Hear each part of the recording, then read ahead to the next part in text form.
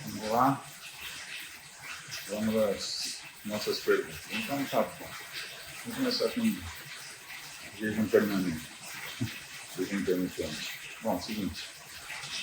O que você tem que saber sobre jejum intermitente? São 3 coisas principais.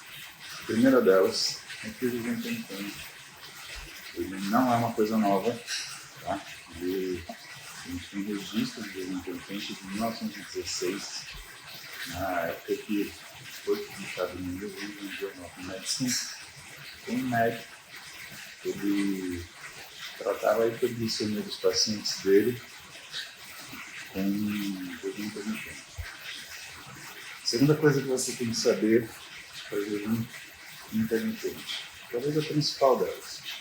O jejum intermitente ele é uma rotina que a gente usa para baixar a resistência periférica à insulina.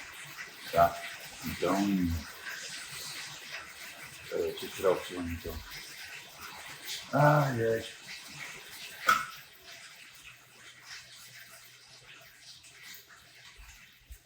Vou trocar o fone, peraí.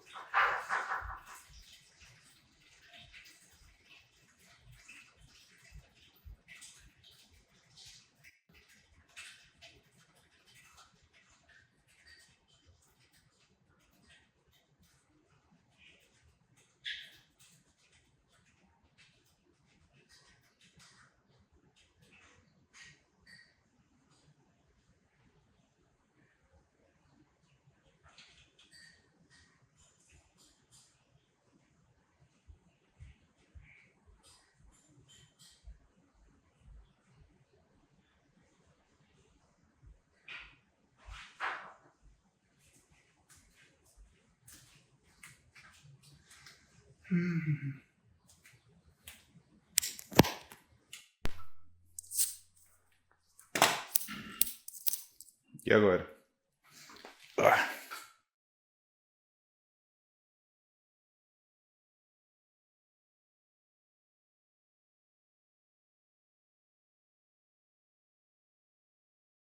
Estão ouvindo agora?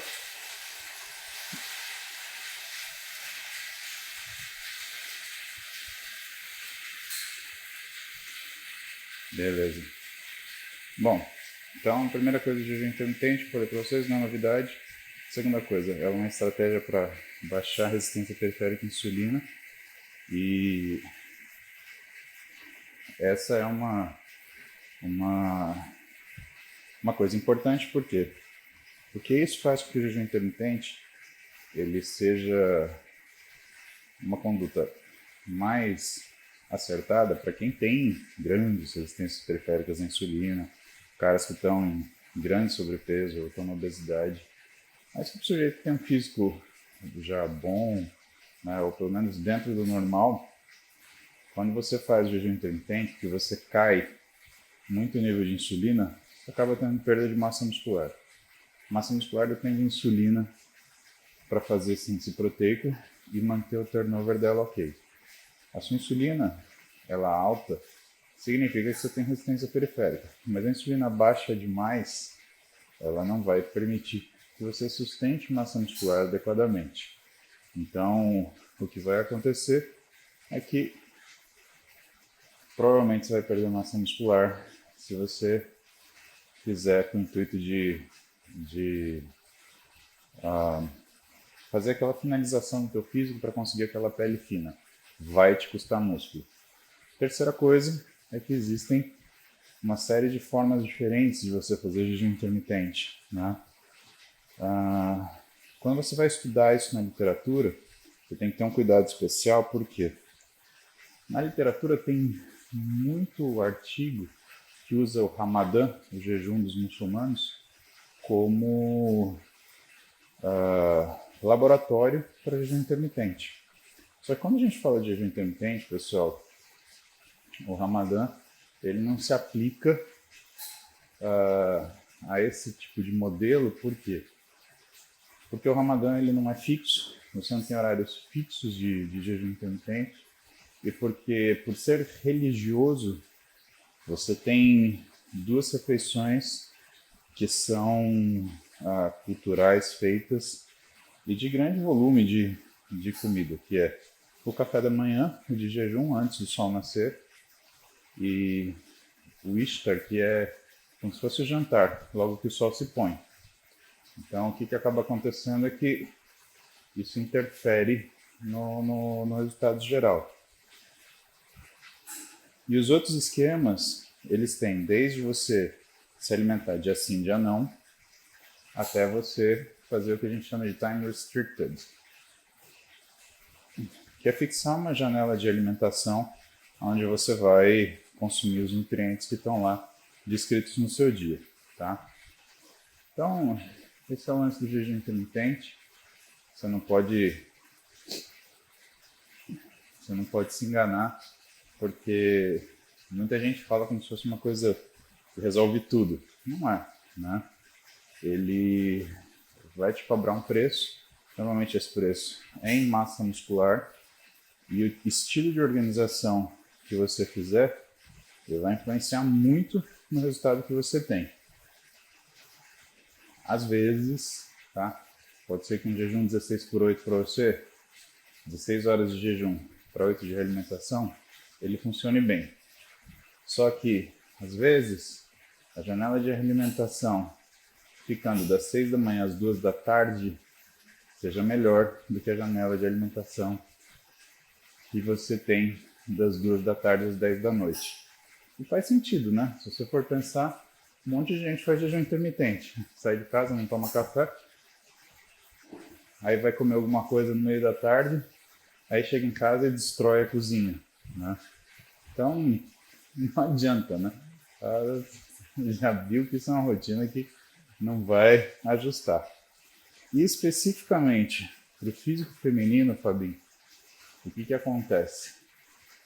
Como você não tem uma testosterona alta e a única coisa que segura a musculatura da mulher é praticamente o nível de insulina dela, você tem um físico mais frágil. E quando você faz o jejum intermitente, o que acontece? O que segura os níveis de insulina da mulher é que os hormônios femininos também são hormônios hiperglicemiantes, tanto a progesterona quanto o estradiol. Só que quando você faz o jejum, o nível de insulina ele cai rapidamente. E a insulina na mulher, ela funciona como se fosse uma cogonadotrofina. Então você faz com que o ovário produza mais estradiol. Sem esse suporte da insulina que você está em jejum, você não tem esse efeito de cogonadotrofina da insulina. Portanto, você libera menos estradiol. E isso também ajuda a mulher a perder massa muscular. O físico feminino ele não é um físico que te permite grandes ousadias. Quando você for tomado pelo afã de fazer grandes ousadias, o que vai acontecer com você é que você vai estar arriscando um grande desastre. E quando a gente faz uma modificação fisiológica assim, dificilmente a gente consegue, se der errado, consertar a tempo. Então você tem que ter muito cuidado, porque senão você vai detonar o físico de uma menina fazendo isso. A Marina pergunta se o jejum atrapalha a tireoide. Então, nesse ponto, Marina, aparentemente, jejum e dieta cetogênica, elas têm o mesmo efeito em relação à tireoide, né, de diminuir a função tireoidiana. Agora, o que existe de diferença? No jejum, por conta da falta de energia, você tem uma tentativa de compensação com liberação de catecolaminas.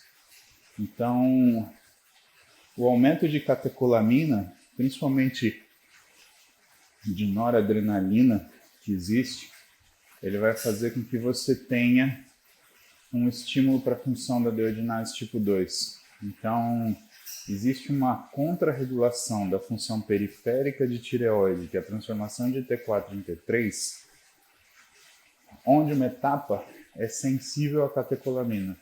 Logo, se você tiver mais liberação de noradrenalina, você vai ter mais produção de D2. E a deiodinase tipo 2 é uma enzima que rapidamente transforma T4 em T3. Tá? Então tem essa diferença.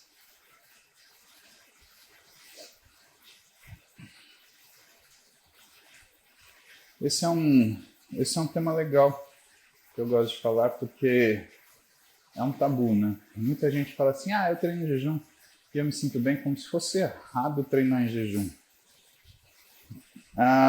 Eu tô vendo aí, BJJ, né? Fica a dúvida. Você treina em jejum Brazilian Jiu-Jitsu ou musculação? Tanto faz, na verdade. Porque o que interessa? Interessa as refeições que você fez antes de 4 horas do treino. Por quê? Porque para você fazer glicogênio, você demora pelo menos 4 horas. E diferente do que vocês possam imaginar, a gente não usa glicose para treinar. O músculo ele usa glicogênio, ele usa o estoque dele de glicogênio. Então, aquilo que você come antes do treino não faz a menor diferença. O que faz diferença é que você tem mais fome ou tem menos fome. Você pode ter fome no meio do treino ou não. Mas o que dá diferença mesmo no resultado do treinamento é aquilo que você comeu 4 horas antes. Então, bravo, não está errado você treinar em jejum, tanto jiu-jitsu quanto musculação. Desde que, pelo menos 4 horas antes desse treino, você tenha consumido uma quantidade razoável de carboidrato para formar algum glicogênio. Estou falando isso para você porque muita gente gosta de treinar de manhã em jejum. Não existe nada relacionado ao timing do momento de você treinar de manhã, esse treino sem jejum. Eu treinei muitos anos em jejum. E, sendo sincero com você, eu até gostava de treinar esse horário porque, apesar de eu não me sentir forte o suficiente, né, era um horário que eu não tinha interrupção. Então, eu treinava muito cedo, 5 da manhã, lá na Companhia Atlética da Kansas. Eu abri a companhia, para você ter uma ideia. E eu treinava das 5 às 6, das 5 às 6 e meia. E era um horário que não me ligavam. Então, eu conseguia fazer um treino de boa qualidade. E qual que era o meu pré-treino? Era o jantar da noite anterior. O que eu não podia abrir mão? De ter carboidrato no jantar. Então eu comia carboidrato na minha última refeição, que era 10, 11 horas da noite anterior. Já era tempo suficiente. 4 e pouco da manhã, quando eu acordava, eu estava com glicogênio suficiente para sustentar um treino, né? Mas claro, nessa situação, eu passei alguns anos com meu físico mais estagnado. Porque lembra que eu te falei que eu não tinha muita força para treinar de manhã? A época que eu competi, eu treinava à noite. Né? E por mais que você treine mais cansado, você treina bem alimentado. Então você treina mais forte. Tá? Isso é fato também.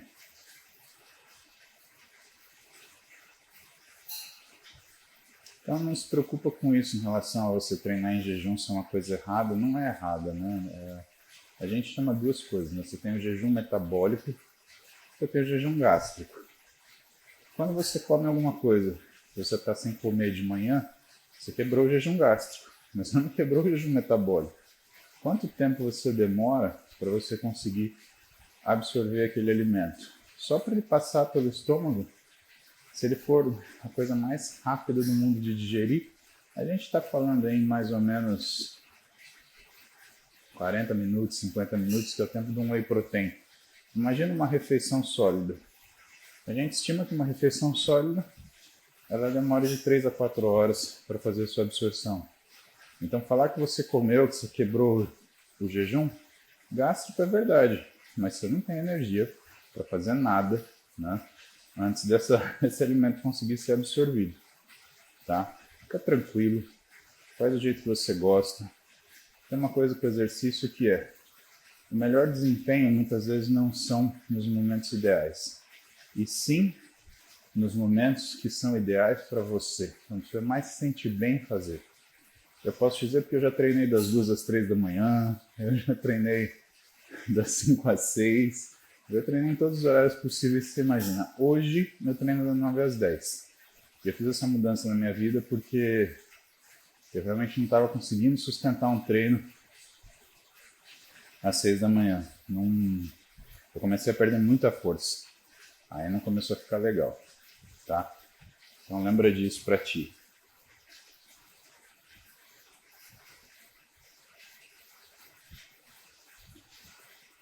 Luiz, coloquei tua pergunta primeiro porque ela está em segundo na minha lista, segundo porque é o que a gente está fazendo aqui, né, Luiz? Então, cardio é sempre, Luiz. Sempre, sempre, sempre. Não tem não fazer cardio.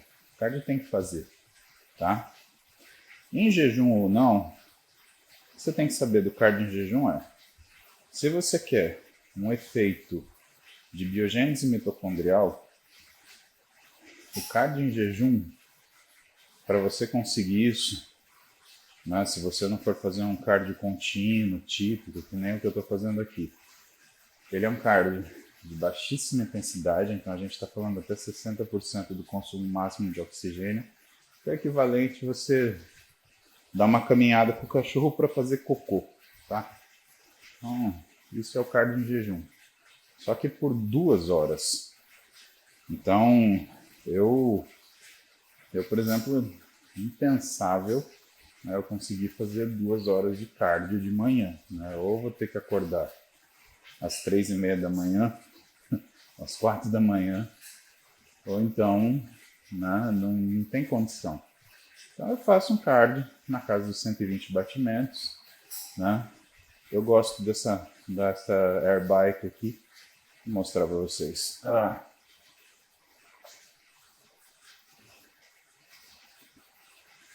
Eu uso uma air bike, que eu quebrei o visor, né? Foi uma pequena cagadinha. Olha a casa dos meus gatos ali. E hoje é o instrumento que eu uso para isso. O que eu gosto dela? Como ela tem essas duas manetes de puxador, o que eu acho bacana é que me dá uma... Eu faço remadinha nela. Então eu paro de pedalar e eu faço só remada aqui. Porque ultimamente eu tenho trabalhado melhor dorsal. Acho que minha dorsal ela afinou um pouquinho nos últimos anos. E eu gosto de ter uma dorsal mais espessa. Depois eu posto uma foto aí para você ver, tá? Mas sempre faça cardio. Faz uma grande diferença. Nayerinha! E aí, Naná? Bom dia. Olha, hoje eu estou fazendo cardio de manhã, né, por uma questão de logística, e meu treino à noite às 9 da noite. E quando possível eu encaixo mais 20 minutinhos de cardio logo depois do treino, isso ajuda a velocidade de recuperação. Mas quando a gente quer melhorar a condição e você tem como fazer o seu timing normal, Nayara, o que acontece é que você se programa em relação ou à sua velocidade de recuperação, ou você se programa em relação à sua necessidade de recomposição de estoques energéticos. Então vamos ver a primeira situação, velocidade de recuperação. Quando você fala disso, você fala, farei a musculação antes do cardio. Ótimo. Só que depois da musculação, às 6 horas subsequentes, ele é o momento de maior síntese proteica, onde você alavanca seus recursos para a recuperação do tecido muscular. Logo, não faz sentido você colocar uma atividade física concorrente nesse período. Você vai desviar a função do teu organismo. Você vai parar de fazer a recuperação muscular para começar a fazer aquele desempenho, tá? Então, o que a gente fala? Faz a musculação, 2 refeições, né? Que dá mais ou menos 6 horas de intervalo, e aí sim você vai fazer o seu cardio. Ou você vai fazer o cardio imediatamente na musculação. Tá? Então, terminou o treino de musculação, você vai fazer lá seus 20 minutos, até uns 40 minutos dá numa boa, tá? Porque ele tem esse impacto positivo. Mas logo depois da musculação, ele também é um cardio desse passeando, tá? Não é corrida, porque senão você vai também ter desvio de função. Quando você fala da recuperação em relação a estoque de energia, aí é o contrário. Aí você faz o cardio primeiro, a musculação depois. Só que, como eu te falei, né? A gente tem consumo de glicogênio para poder treinar. E quando você faz o cardio, você gasta glicogênio também, tá? Isso faz com que você tenha o uso da tua massa muscular, você não tem como não gastar. Então aí o que a gente fala de recuperação na alimentação? A gente fala no intervalo de pelo menos 4 horas. Por quê? Você faz o cardio, faz de 1 a 2 refeições, só que você precisa de 4 horas para formar glicogênio. Professor Mauro Biselini, saudade do senhor. Que legal. E aí o que acontece? Aí você vai fazer a sua musculação de forma adequada, né? Que é com glicogênio suficiente para que você tenha algum desempenho. Lembra que o resultado que você faz é proporcional ao trabalho que você executa. Então, se você faz a musculação depletado, cansado, o teu trabalho, o teu ajuste aí a esse estímulo, ele é muito pequeno, pouco ou nenhum. Aí você pode falar para mim, mas o atleta, perto da competição, ele treina depletado. Sim, mas essa fase não é uma fase que ele está ganhando capacidade física ou músculo. Ele está trabalhando a forma física, tirando o máximo de gordura debaixo da pele que ele tem, né? Essa que é a situação. Pessoal, Nayara Schubert, depois dê uma olhada no Instagram dela. Nayara é um dos físicos mais bonitos do Brasil, tá? Para mim, é uma referência de físico e um wellness em formato, em elegância, em harmonia do corpo. É o físico que você olha e você fala, nossa, é uma atleta. Inegavelmente, é uma mulher que, se você olhar na rua, você vai saber que ela compete. Porque ele não é um físico que dá aquela dubiedade, ele não tem exageros, né? E ele tem muita harmonia, muita simetria. Então, se vocês quiserem ver um físico bonito de mulher atleta, dê uma olhada na Nayara. Vocês vão ver que bom exemplo de bom senso atlético, tá? Para mim, é um físico de referência na categoria dela. Tanto que, né, a gente está mudando, né, Nayara? Está saindo do biquíni, está indo para o wellness, né? Mas, de verdade, eu acho que, como está muito difícil definir um físico padrão para a categoria hoje, né? Ninguém consegue falar uma atleta que, pela NPC, pela Muscle Contest, vai ser uma referência de wellness, né? Mas eu acredito que você, com certeza, é um dos que nem merecem, precisam ser referência, porque tem esse bom senso, né, de raciocinar a forma física do jeito que você pensou. Então, fica a dica aí, vão conhecer a Nayara, vocês vão ver que é um físico sensacional.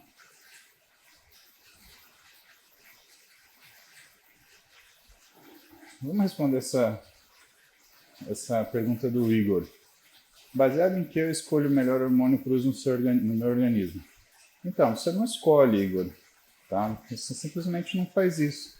Porque é exatamente essa pergunta. Baseado em quê? Baseado em nada, né? Não existe ciência por trás disso, né? É uma coisa completamente aleatória, né? O que o pessoal faz é inventar uma pseudociência para falar, tal hormônio é melhor que o outro. Não existe isso, né? O que a gente sabe é que os hormônios, aliás, o que você está chamando de hormônio é esteroide anabólico, tá? Hormônio e esteroide anabólico são coisas diferentes. Mas a gente sabe que os esteroides anabólicos, eles têm funções diferentes, né? E quando alguém escolhe alguma coisa, é uma escolha empírica, né? Não é simplesmente um chute, na melhor das hipóteses, tá? Então, na boa, Igor, eu tô vendo sua fotinha aqui, escolhe não, cara, faz dieta, faz um treino, tá? Tenha bom senso, porque você não me parece um atleta, né? E assim, é muito diferente a vida de um atleta de alguém que só quer ficar um pouquinho mais musculoso, tá? Eu tenho um carro bacana, né? Eu gosto do meu carro, foi um presente de 35 anos de idade que minha esposa me deu. E é um carro potente, tem 520 cavalos de fábrica. E aí, logo que eu ganhei o carro dela, aí uns caras começaram, não, você tem que levar no Zé do Chifre, você tem que chipar, que ele vai para 740 cavalos. Beleza, eu pego um carro, o engenheiro alemão ficou pensando, puta tempo para fazer o melhor motor possível. Já tem 520 cavalos que não uso no dia a dia. O que eu vou fazer para botar 740? Se der pau no motor de um carro de 520 cavalos, quanto que custa para você resolver uma merda dessa? Então você tem que pensar nisso. Por quê? Porque às vezes você tem um físico que faz exatamente aquilo que você faz para tê-lo.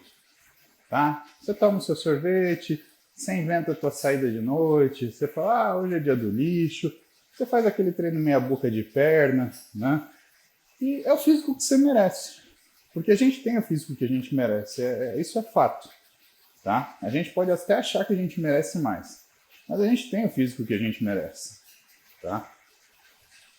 E aí você vai fazer uso do esteroide achando que ele vai mudar o seu físico. Você vai ter só colateral. O que muda o físico é você ajustar o treino.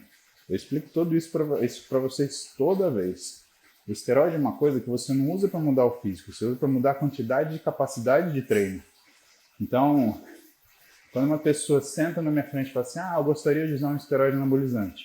Eu falei, legal, você quer passar de 1 hora de treino para 2 horas? Não, jamais, eu não tenho tempo para isso. Eu quero uma coisa que me dê um resultado rápido.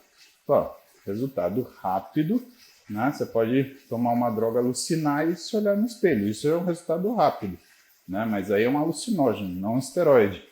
Não existe resultado rápido, nem com esteroide, tá? O que existe é o bom senso daquilo que você quer fazer. Então, quando eu pergunto imediatamente para a pessoa, porque é isso que acontece. Você aumenta a quantidade de trabalho, tá? Então, o que você tem que pensar, Igor? Vou te dar agora, tá? Não é esculacho, não é porra nenhuma disso. Tô te falando para você não perder tempo. Senão você vai ficar aqueles cara que entra ciclo, sai de ciclo e nem parece que treina. Você fala, você treina mesmo? Então, para você encurtar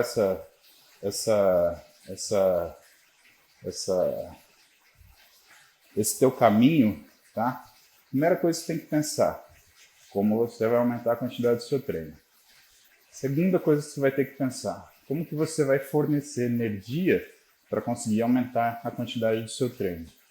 Terceira coisa que você vai pensar, como você vai fornecer energia pós-treino para você fazer a compensação do seu exercício sem criar um superávit para você não engordar.